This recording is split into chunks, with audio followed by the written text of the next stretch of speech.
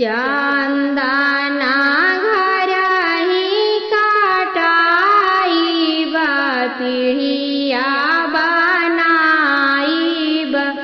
जाही पीढ़िए बैठाथिन जीते वाहन देव देखाता सोहावन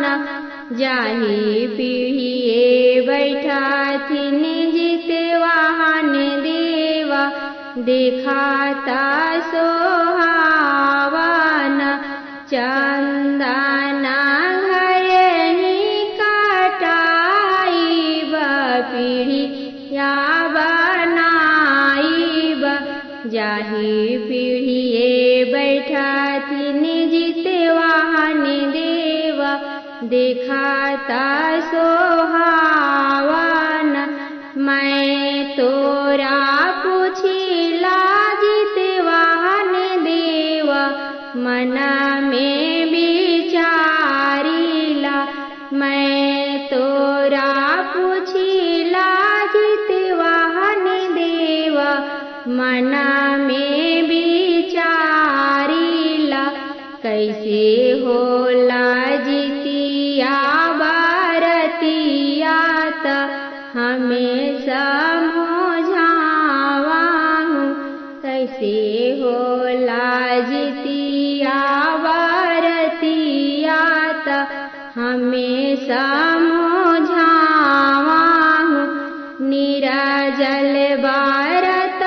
तेवही रखी हाथ गंगाया स्नान करिह निराजल बारत तेवही रखी हाथ गंगाया स्नान करिह पंडित जी से जितिया के कथा सुनिह मिली जुली भजन गईह पंडित जी से जितिया की कथा सुनिह मिली जुली भजन गईह कठिन होला जितिया बरतिया त दुनिया जहान कर कठिन होला जितिया बरतिया त दुनिया जहान